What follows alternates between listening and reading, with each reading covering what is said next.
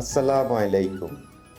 রহমত, মাগফেরাত আর নাজাতের বার্তা নিয়ে আমাদের দ্বারে সমাগত হয়েছে পবিত্র মাহে রমজান।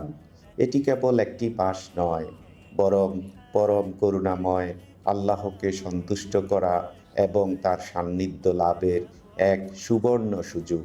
এই মাসের প্রকৃত তাৎপর্য নিহিত রয়েছে আমাদের ইবাদত, ধৈর্য এবং আত্মশুদ্ধির মাঝে।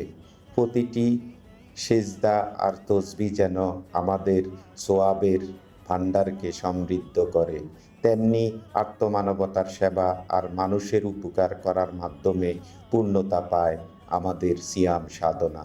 রমজানের এই শুভ্রতা আর আধ্যাত্মিক বরকত বিশ্ববাসীর জন্য বয়ে আনুক অনাবিল শান্তির বাণী।